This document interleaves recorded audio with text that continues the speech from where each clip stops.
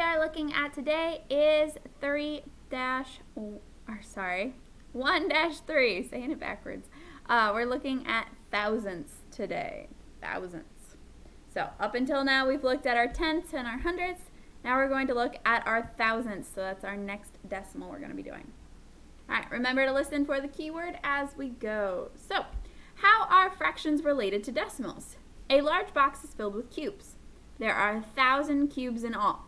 Each cube can be thought of as 1/1000th of a box. Think about pulling 3 cubes from the box. So, the word name for 3/1000ths is 3,000ths. A decimal place value chart can help you determine the decimal. So we've got our decimal place value chart. You've seen these before.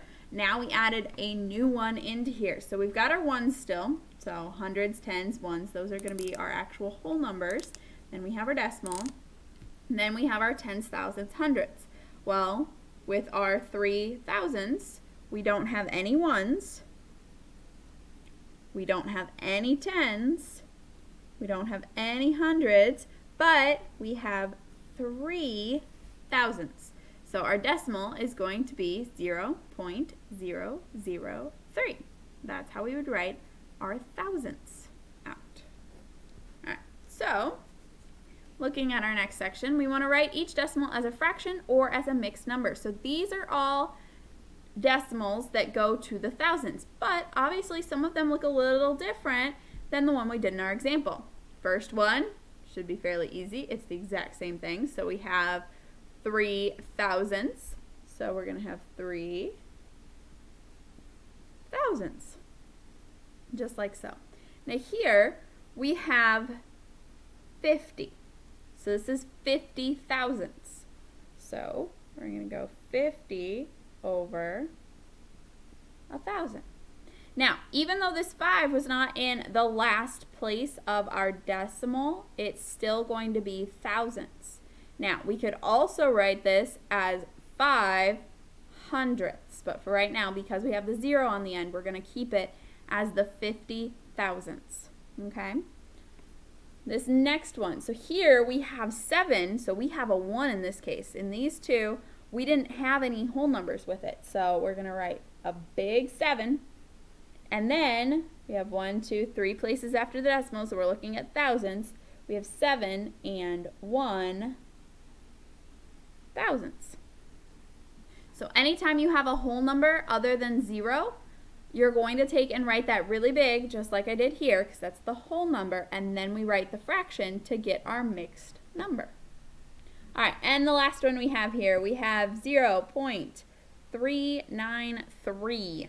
So we have 393 thousandths because we're 3 places after the decimal, so we're in terms of thousandths.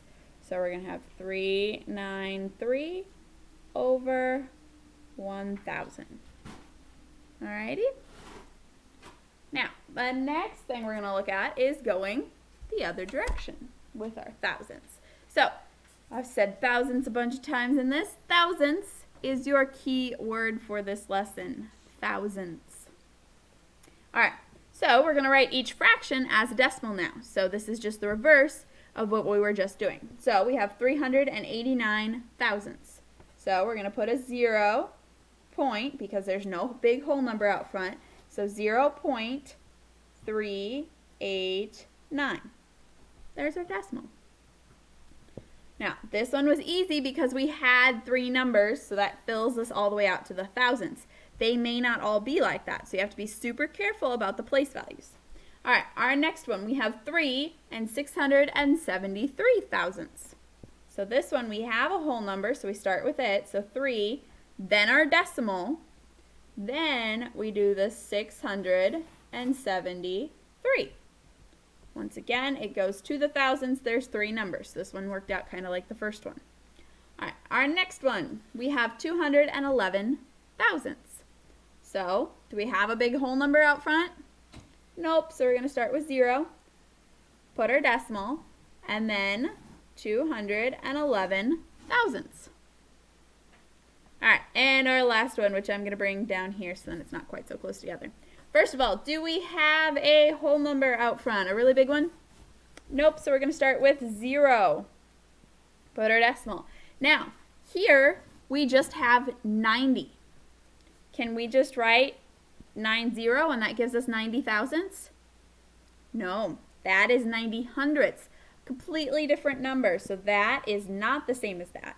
So we need 0 decimal. To get to that thousandths, remember we have to have 3 place values after the decimal. So we're going to have 0, that takes care of the tens, then the 9, which is in the hundreds, and then the 0 to get all the way to our thousandths. So like I said, you have to be careful when you're taking and writing these out. So that's one way that the place value chart can be helpful, because you know this 0 of your 90 needs to be in the thousandths place, and then you can build your numbers forward from there. So be super careful on ones that don't have 3 places already given to you after the decimal. So when you've got these 100 ones, they're pretty easy because you just write that whole number after the decimal. When you've only got 90, or if we only had 3, then you have to remember to put those zeros in beforehand in order to make it so it's actually in the thousandths. Okay? Alrighty, so remember your keyword for this lesson is thousandths, so we're just going back and forth converting between being in fractions and being in decimals. So remembering that if it's a number in the thousandths, if our fraction is out of 1,000, then you need to have 3 places after that decimal point. If it's in the hundreds, then it's only 2, and if it's in the out of 10 for a fraction, then it's only going to be 1 place after. All right, have a wonderful day.